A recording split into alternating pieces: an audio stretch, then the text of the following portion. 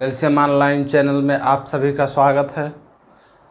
मैं उम्मीद करता हूं कि पिछला वाला वीडियो आप लोग अच्छे से देख लिए होंगे, समझ लिए होंगे। आज हम संविधान का पहला चैप्टर स्टार्ट करते हैं।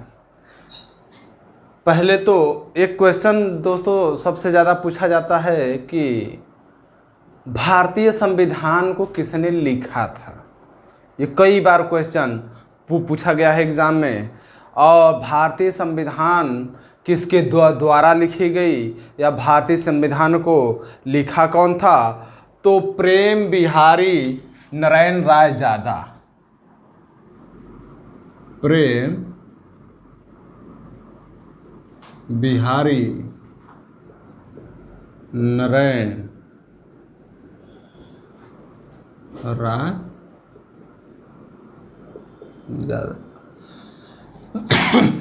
ठीक।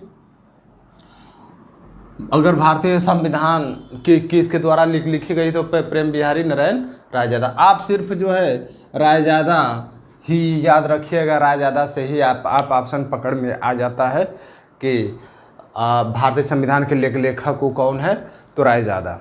ठीक।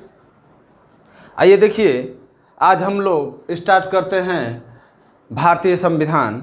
तो मित्रों देखिए, जो संविधान है वो संविधान तो आप लोग जो है जानते होंगे कि संविधान, ठीक, अगर आपका सिलेबस में संविधान लिखता है तो संविधान का मतलब होता है विधि सम्मत या विधि के संगत, न तो विधि सम्मत को संविधान कहा जाता है। तो संविधान मित्रों इस दुनिया में कई जगह पाया जाता है। जैसे संविधान जो है प्रत्येक देश का होता है, ठीक, प्रत्येक देश का अपना अपना संविधान है। ठीक। अगर नियम के तहत, अगर प्रावधानों के तहत कहीं पर भी कोई संस्था चलती है, कहीं पर भी कोई कंपनी चलती है, तो वो भी अपने द्वारा बनाए गए संविधान के तहत चलती है। और इस प्रकार जो है अगर हम संविधान की बात करें तो प्रत्येक परिवार का भी एक संविधान होता है। प्रत्येक परिवार का भी एक संविधान होता है। हर घर में छोटों का कर्तव्य क्या है, बड़ों का दायित्व क्या है, अब जो है बच्चों का कर्तव्य क्या है, सब जो है इस परिवार में बना रहता है। और इस संविधान सम्मत जो है कार्य नहीं करता परिवार के अंदर, तो उसकी आलोचना की जाती है। ठीक। तो अगर संविधान की बात करें तो संविधान बहुत व्यापक रूप है और संविधान प्रत्येक देश का होता है। आपको सिर्फ पढ़ना क्या है, जिस देश में नौकरी करना है, जिस देश के कानून व्यवस्था को लागू करना है, जिस देश की जनता का सेवा करना है, सिर्फ उसी के देश का संविधान पढ़ना है। तो किस देश में नौकरी करना चाहेंगे? भारत में। भारत देश में रह रहे हैं तो भारत में नौकरी करेंगे उसको सरकारी। तो इस तरह से अगर भारत में आप नौकरी करना चाहते हैं, भारत की तैयारी कर रहे हैं, तो भारतीय संविधान की आपको अच्छे से समझ होनी चाहिए। और किसी भी संविधान को जानने के लिए आपको इसको अतीत को जानना आवश्यक होता है। इसके अतीत को जानना आवश्यक होता है दोस्तों, क्योंकि किसी भी देश का जो संविधान है उसके पीछे जो घटनाएं घटती हैं, उसके अतीत में जो बातें होती हैं, उसी अतीत को ध्यान में रखते हुए संविधान का निर्माण किया जाता है। तो अगर हम भारत के संविधान को अगर हम जो है अच्छे से समझना चाहे तो बिना भारत के अतीत को जाने हम भारतीय संविधान को अच्छे से समझ नहीं सकते। तो थोड़ा सा चलते हैं अतीत में, एक झलक देखते हैं कि भारत का अतीत कैसा रहा है। ठीक। अब इसमें जो है थोड़ा सा हम चलते हैं पीछे, और पीछे जैसे ही हम चलेंगे तो हम जो है अंग्रेजी शासन काल में पहुंच जाएंगे। ठीक। अब जो है ये जो हमारा देश है दोस्तों, यह सबसे प्यारा देश, इस दुनिया में सबसे अच्छा देश जो है ये हमारा देश है। और जब ये उस समय की बात है जब हमारे देश में कोई विभाजन नहीं हुआ था, हमारा देश पूरा एक था, अखंड भारत था। और इस अखंड भारत में ये आपका पाकिस्तान था, ये आपका बांग्लादेश जो वर्तमान समय में है, ये सब भारत के थे। तो वास्तविक हमारा जो आज़ादी के पहले का भारत है वो भारत हमारा ये है। ठीक, अब इस भारत के विषय में हम जानने का प्रयास करते हैं कि इसका अतीत कैसा था। तो जब आप लोग इतना तो जानते होंगे कि आज़ादी के पहले जो है हमारे देश पे अंग्रेज़ों का शासन रहा है, अंग्रेज़ों को गुलाम रहे हैं। ठीक, तो जब अंग्रेज़ों के गुलाम रहे हैं तो अंग्रेज़ ढेर सारे अत्याचार हम लोगों किए, क्योंकि जब कोई भी देश किसी के अधीन हो जाता है तो वहाँ पे आपकी डिमांड को एकदम नगण्य मान लिया जाता है, और वह जो आपको अपने अधीन किया रहता है सिर्फ वो अपने स्वार्थ की पूर्ति करता है। ठीक, और वह उस स्वार्थ की पूर्ति में बहुत सारे अत्याचार कर देता है, बहुत शोषण करता है, एकदम मानवता की हर हद को पार कर जाता है। और यही हुआ था अंग्रेज़ों के शासनकाल में इस माँ भारती के ऊपर, माँ भारती के बच्चों के ऊपर। और इस तरह से हम लोग देखते हैं कि जब यह देश अंग्रेज़ों का गुलाम था या अंग्रेज़ों के अधीन था, तो जब अंग्रेज़ों के अधीन था तब अंग्रेज़ जो है इसके ऊपर बहुत सारे अत्याचार किए। ठीक, और 1915 में जब महात्मा गांधी जी भारत में आए तो वो चूँकि लंदन में पढ़े लिखे थे, तो लंदन में पढ़े लिखे थे, वहीं पे बैरिस्टर की पढ़ाई किए, वकील की पढ़ाई किए। उसके बाद वो साउथ अफ्रीका गए, वहाँ से जो है 1915 में भारत आए। तो भारत आने के बाद सबसे पहला अंग्रेज़ों के खिलाफ उन्होंने जो आंदोलन प्रारंभ किया वो चंपारण आंदोलन प्रारंभ किया, और वो किसानों की कर्ज माफ़ी के लिए प्रारंभ किया गया। तो शुरू में गांधी जी का भी मानना यही था कि अंग्रेज उतने बुरे नहीं है जितना आप लोग समझ रहे हैं, अंग्रेज जो है अच्छे हैं, अंग्रेज जो है, लेकिन अंग्रेजों के यहाँ तक, अंग्रेजों की कानों तक आपकी समस्या जब पहुँचेगी तब तो वो अंग्रेज समाधान करेंगे। चंपारण में देखिए गांधी जी ने आंदोलन चलाया, और गांधी जी को बुला करके अंग्रेज कहे कि भाई बहुत अच्छा काम किए, देखिए ये बात हमारे जानकारी में तो थी नहीं, आप जो है आंदोलन न करते तो शायद हमको किसानों का जो है माली हालत भी नहीं पता चलता कि वो लोग कितने कष्ट में है। चलिए अच्छा, हम लगान इस बार का माफ़ कर देते। गांधी जी बड़े प्रसन्न होते हैं कि अंग्रेज तो बड़े अच्छे हैं, बस ये बात है कि भाई उन तक बात को पहुँचाने वाला चाहिए।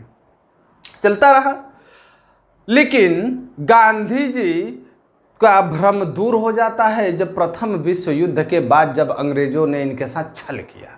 अंग्रेज जब प्रथम विश्व युद्ध जब चालू हुआ तो गांधी जी से कहें कि अय गांधी, देखो तुमने जो कहा हम जो है तुम्हारा हर कहना मानते हैं, आज हम मुसीबत में हैं तो तुम्हारी सहयोग की आवश्यकता है। गांधी जी ने तुरंत कहा कि बताइए हम आपके लिए क्या कर सकते हैं। अंग्रेज़ों ने कहा कि ऐसा है कि इस समय हमारी स्थिति ठीक नहीं है, हमको कुछ सेना की ज़रूरत है, और जो भारत की पब्लिक है वो तुमको ज़्यादा मानती है, ज़्यादा समझती है, अगर तुम चाहो तो जो है हमारा मदद कर सकते हो। गांधी जी ने कहा ठीक है हुजूर, अब जैसा कह रहे हैं हम करने के लिए तैयार हैं। और गांधी जी जो है किसानों के घर जा कर के, लोगों के घर जा कर के अपने बच्चों को अंग्रेजी सेना में भर्ती करने की मांग किए, और इसी काम को देखते हुए गांधी जी को अंग्रेज़ों का दलाल भी कहा गया, या अंग्रेज़ों का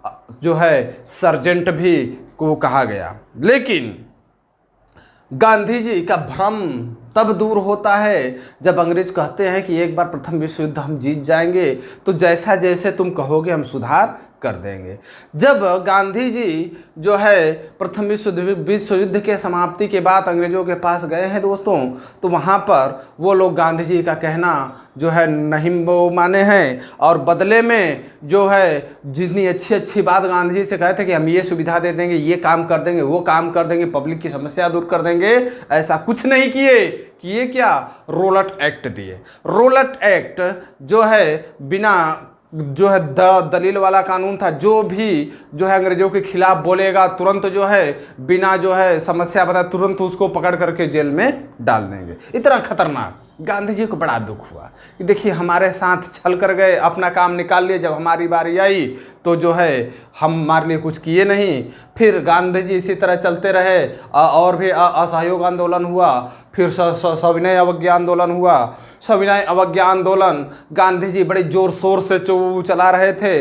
फिर अंग्रेजों ने एक बार छल किया जो है, और जब अंग्रेज़ों ने छल किया दोस्तों, तो अंग्रेज़ों ने कहा कि अय गांधी देखो तुम्हारे आंदोलन करने से कुछ होने वाला है नहीं। अरे ब्रिटिश साम्राज्य तो पूरे दुनिया में फैली हुई है, तुम एक छोटा सा आंदोलन करके क्या बिगाड़ लोगे? जो है तुमको सिर्फ नुकसान होगा, कोई फायदा नहीं होगा। वास्तव में तुम अपने देश की यदि भलाई चाहते हो तो तुम आओ, वहाँ गोलमेज सम्मेलन में, लंदन गोलमेज सम्मेलन हो रहा है, वो तुम्हारे ही लोगों के लिए किया ही जा रहा है कि भाई जहाँ जहाँ अंग्रेजों का साम्राज्य है वहाँ के प्रतिनिधियों को बुला लीजिए, कहाँ क्या दिक्कत है भाई, दिक्कत को वो बता दे और यहाँ समस्या समाधान हम कर देंगे।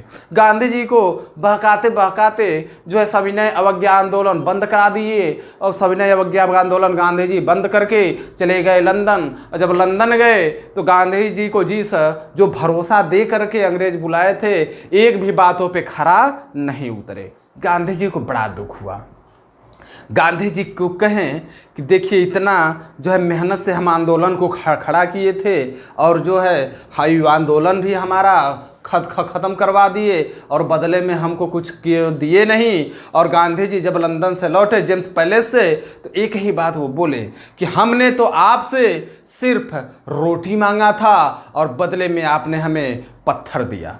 और इस बात को देख करके गांधी जी को बहुत गहरा आघात लगता है। और जब आघात लगता है तो गांधी जी भी जो है कम चालाक नहीं थे, अंग्रेज़ों को टक्कर देने वाले थे, और वह समय की नज़ाकत को समझते हैं कि अब सविनय अवज्ञा आंदोलन तो टूट ही गया, लेकिन अब हम उस मौके का इंतजार करेंगे जब हम एक नया आंदोलन खड़ा करेंगे, और उस नया आंदोलन के चलते इस देश को हम आज़ाद करके रहेंगे। दोस्तों समय बीतता गया, समय बीतने के बाद बीतने के साथ ही जो है 1939 में द्वितीय विश्व युद्ध चालू हो जाता है। द्वितीय विश्व युद्ध चालू हो जाता है। और जब द्वितीय विश्व युद्ध मित्रों चालू हो जाता है तो गांधी जी को बहुत बड़ा अवसर जो है दिखाई देता है। अंग्रेज लोग द्वितीय विश्व युद्ध में खूब परेशान रहते हैं। गांधी जी का कहना रहता है कि अभी नहीं, अभी तो युद्ध चालू हुआ है, थोड़ा अंग्रेजों की स्थिति और खराब होने दो, तब हम जो है आंदोलन चालू करेंगे। और आंदोलन जो है धीरे धीरे ऐसे करते करते आ गया 1942, जब गांधी जी ने देखा कि एक तरफ भारत के लोग जो है अंग्रेजों से विरोध करने के लिए एकदम एनर्जी से भरपूर हैं, एकदम वो जो है तैयार हैं, दूसरी तरफ द्वितीय विश्व युद्ध में अंग्रेज जो है परेशान हैं, तब जो है यही असली टाइम है, यही सही समय है कि हम एक अंतिम आंदोलन स्टार्ट करें और गांधी जी अंग्रेजों को इस देश से वापस भेजने के लिए 1942 में एक भारत छोड़ो आंदोलन प्रारंभ करते हैं। भारत छोड़ो आंदोलन प्रारंभ करते हैं। और इस आंदोलन में वे एक नारा देते हैं, कौन सा? करो या मरो। मतलब कि गांधी जी कहते हैं कि अब ऐसा सुनहरा अवसर नहीं मिलेगा, अगर अंग्रेजों को इस देश से भगाना है तो अब जो है पूरा जी जान लगा दो, या तो इनको भगा दो या तो भगाते भगाते मर जाओ, लेकिन हिम्मत मत छोड़ो। अब ऐसा समय नहीं मिलेगा, अगर इस समय को हाथ से निकल जाने देंगे तब जो है फिर पता नहीं हम लोग आज़ाद हो पाएंगे कि नहीं हो पाएंगे, हम जिएंगे कि हम मरेंगे, जो है भविष्य को कोई नहीं जानता। वर्तमान का एकदम कंडीशन बहुत अच्छा है, और इस समय अगर हम जोर लगाएं तो अंग्रेज जो है द्वितीय विश्व युद्ध पे फोकस करेंगे कि हमारे ऊपर फोकस करेंगे। तो जाहिर सी बात है, जब परेशानी अधिक होगी तो हमको छोड़ करके यहाँ से चले जाएंगे। ठीक, अब जो है गांधी जी का जो रणनीति था वो बहुत सटीक काम को कर गया दोस्तों। ठीक, इस भारत छोड़ो आंदोलन में भारत के अंदर बहुत सारी घटनाएं घट रही थी। कुछ सामान्य से घटनाओं की हम चर्चा करते हैं। ठीक, आप जो है ये समझते ही होंगे, ठीक, चाहे किसी भी देश की बात हो, चाहे भारत की ही बात क्यों न हो, आप लोग पहले अपने देश में समझ जाइए कि भारत में जो सेना में लोग भर्ती होते हैं, ठीक, जो सेना में लोग भर्ती होते हैं वो किस परिवार से संबंध रखते हैं? क्या वो किसी बड़े राजनेता के परिवार के होते हैं? क्या वो बड़े किसी अधिकारी के परिवार के होते हैं? या किसी बड़े बिजनेसमैन के परिवार के होते हैं? ऐसा नहीं है। जो भी सेना में लोग जाते हैं वो गरीब मध्यम वर्ग के परिवार के लोग होते हैं। ठीक, और इसी तरह इंग्लैंड में जो सेना थी वो भी जो है आम परिवार की सेना थी। ठीक, बहुत संपन्न लोग नहीं थे। ठीक, और यह सेना भेजी गई थी भारत में कि भारत को गुलाम बनाना है, भारत को लोगों को अपने अंदर दबा के रखना है। तो अंग्रेजी सेना की ज़रूरत पड़ी। तो यहाँ से इंग्लैंड में जब आम परिवार के सदस्यों को सेना में भर्ती करके भारत में भेजा जाता है दोस्तों, तो ये लोग यहाँ पे अपने सरकार की कहना मानते हैं, और जब कहना मानते हैं तो यहाँ के लोगों पे अत्याचार भी करते हैं।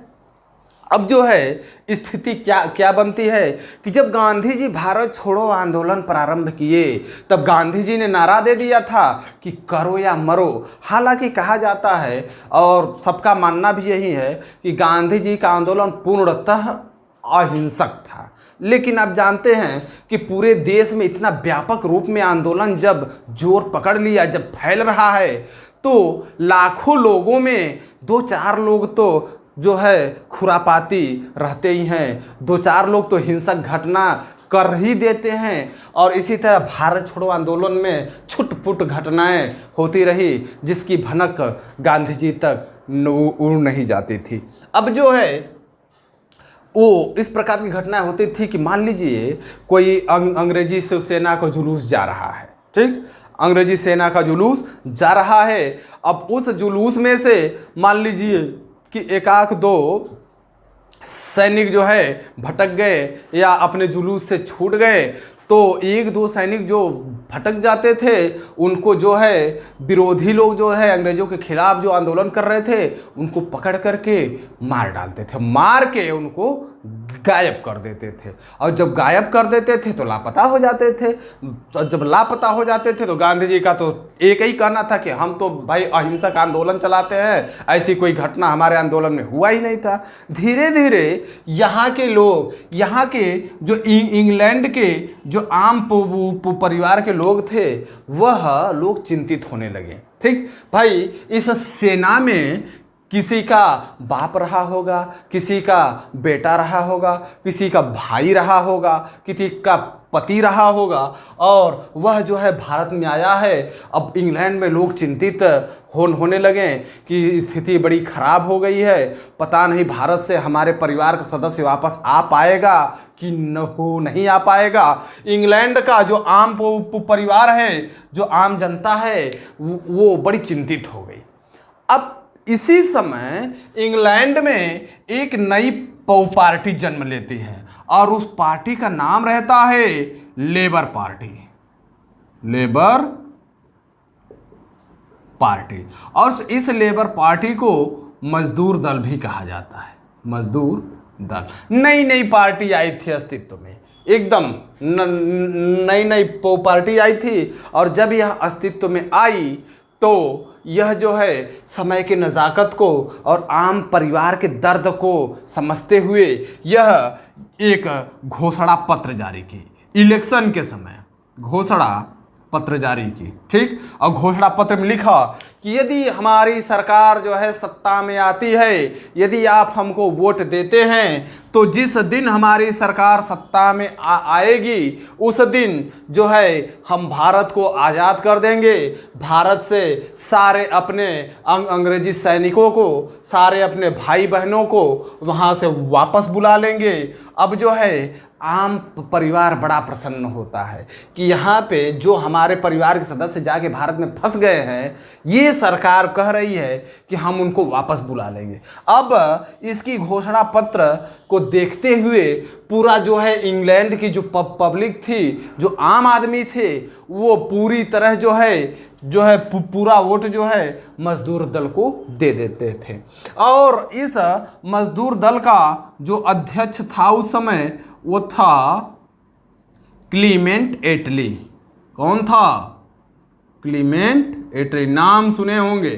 ठीक, क्लीमेंट एटली लेबर पार्टी का अध्यक्ष था और क्लीमेंट एटली की अध्यक्षता में लेबर पार्टी बहुत ही अधिक मतों से जीत जाती है। और जब जीत जाती है तो अपने घोषणा पत्र में जो बात इसने लिखी है कि हम जो है जब हमारी पार्टी सत्ता में आएगी तो हम भारत से सारे अंग्रेजी सैनिकों को बुला लेंगे, आपके परिवार के सदस्य को आपके बीच में खड़ा कर देंगे। तो चाहे जहाँ की बात हो दोस्तों, जो सेना होती है वो आम परिवार से जुड़ी हुई रहती है, कहीं की भी हो। और जब आम आदमी जो चाहता है सरकार उसी की बनती है। संपन्न आदमी की संख्या तो मुट्ठी भर होती है और आम आदमी की संख्या बहुत अधिक होती है, जहां चाहेंगे वहीं वोट देंगे और उन्हीं की सरकार बनती है। क्लीमेंट एटली जब जीत जाता है तो वह इंग्लैंड का प्रधानमंत्री बनता है और जब प्रधानमंत्री बन जाता है तब जो है क्लीमेंट एटली जो है भारत में क्या भेजता है?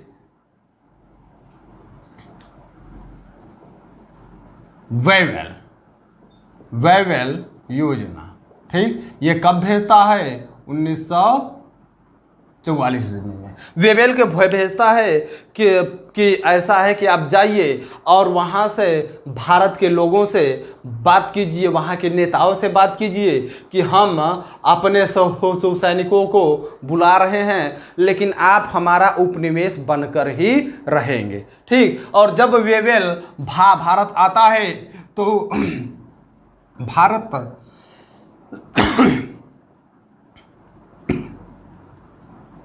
भारत आने के बाद वह मिलता है किससे? महात्मा गांधी जी से। और जब महात्मा गांधी जी से वेवेल मिलता है तो गांधी कहे कि बहुत बेवकूफ़ बनाए, प्रथम विश्व युद्ध में बेवकूफ़ बनाए, रोलर एक्ट दे दिए, सविनय अवज्ञा आंदोलन हमको बेवकूफ़ बना के बंद करवा दिए, रोटी मांगे थे बदले में पत्थर दे दिए। अब हम बेवकूफ़ बनने वाले नहीं हैं, अब हमको तुमसे कोई मतलब, हमको तुम्हारे अंडर में रहने नहीं है, अब हमको पूर्ण स्वतंत्रता चाहिए। अब ये जो है स्वतंत्रता की बात को करने लगे। पहले जो है गांधी जी का उद्देश्य ये नहीं था कि हम जो है अंग्रेज़ों से पूर्ण स्वतंत्रता की डिमांड करें, उनकी इच्छा थी कि हमको स्वायत्तता भी मिल जाए तो ठीक है। हम आगे चर्चा करेंगे कि स्वायत्तता और स्वतंत्रता में अंतर क्या है। ठीक, तो वेवेल योजना आया और जो है गांधी जी से बात किया। गांधी जी वेवेल योजना को पूर्णतः नकार दिए और कहें कि हमें पूर्ण रूप से स्वतंत्रता चाहिए, अब हम आपकी कोई योजना में विश्वास नहीं रखते हैं। ठीक, फिर जो है स्थिति फिर बिगड़ती चली गई और क्लीमेंट एटली के ऊपर इंग्लैंड की आम परिवार का, आम जनता का दबाव पड़ने लगा कि आप घोषणा पत्र में लिखे थे तो आपको ये काम करना ही पड़ेगा। तो क्लीमेंट एटली जो है एक प्रधानमंत्री के तौर पे कैबिनेट मिशन भेजता है।